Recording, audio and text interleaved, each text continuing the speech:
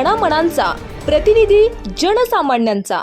पालिकेची निवडणूक अवघ्या काही तासावर येऊन ठेपलेली असतानाच प्रभाग क्रमांक 3 मध्ये घर घर में चर्चा है, अब का महापौर हमारा है अशा चर्चेने चांगलाच जोर धरला आहे। प्रचाराच्या अंतिम टप्प्यामध्ये ही नवी चर्चा होत असल्याने प्रभागात जणू बदलाचे वातावरण तयार झाल्याचे चित्र। त्यामुळे या प्रभागातील मतदार पुन्हा महापौर निवडून देणार असा आशावाद व्यक्त केला जातोय। या आशावादी चर्चेमुळे अनुसूचित जाती महिला प्रवर्गातील अपक्ष उमेदवार सौ पूनमताई मगर यांचे नारळ प्रभावी ठरताना दिसून येत आहे। यावेळी पालिकेचे महापौर पद हे अनुसूचित जाती प्रवर्गातील महिलेसाठी राखीव असल्यामुळे प्रभागातील मतदार त्यांच्याबाबत आशावादी भावनेतून सहानुभूती व्यक्त करीत आहेत।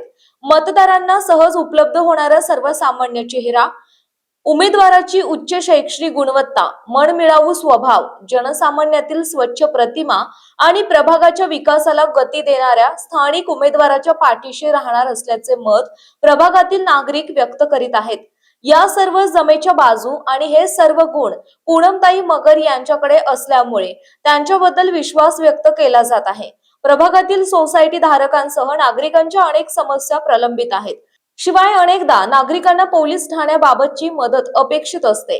अशा वेळी नागरिकांना सहज उपलब्ध होणारा उमेदवार अपेक्षित असल्यामुळे मतदार स्थानिक पातळीवर सौ पूनमताई मगर यांच्या पाठीशी खंबीरपणे उभे असल्याचे चित्र आहे। आज त्या अपक्ष म्हणून निवडणूक लढवत असल्या तरी त्या आमदार महेशदादा लांडगे आणि स्थानिक भाजपा नेतृत्वाच्या मर्जीतील आहेत, त्यांच्या आदेशाचे पालन करणारे आहेत। त्यामुळे भविष्यात आमदार महेशदादा लांडगे यांच्या आशीर्वादाने आणि स्थानिक भाजपा नगरसेवकांच्या मदतीने त्या महापौर पदाला सुद्धा गवसणी घालू शकतात याची दाट शक्यता नाकारता येत नाही। त्यामुळे त्यांच्या रूपाने पुन्हा एकदा चरोली प्रभागाला महापौर पद मिळू शकते। प्रभागाचा सर्वांगीण विकास वेगाने होऊ शकतो। या दृष्टीने स्थानिक मतदार याचा गांभीर्याने विचार करताना दिसून येत आहेत। प्रभाग क्रमांक 3 मध्ये अनुसूचित जातीतील अपक्षाचे नारळ हेच प्रभावी ठरणार असल्याची खात्री देण्यात येत आहे।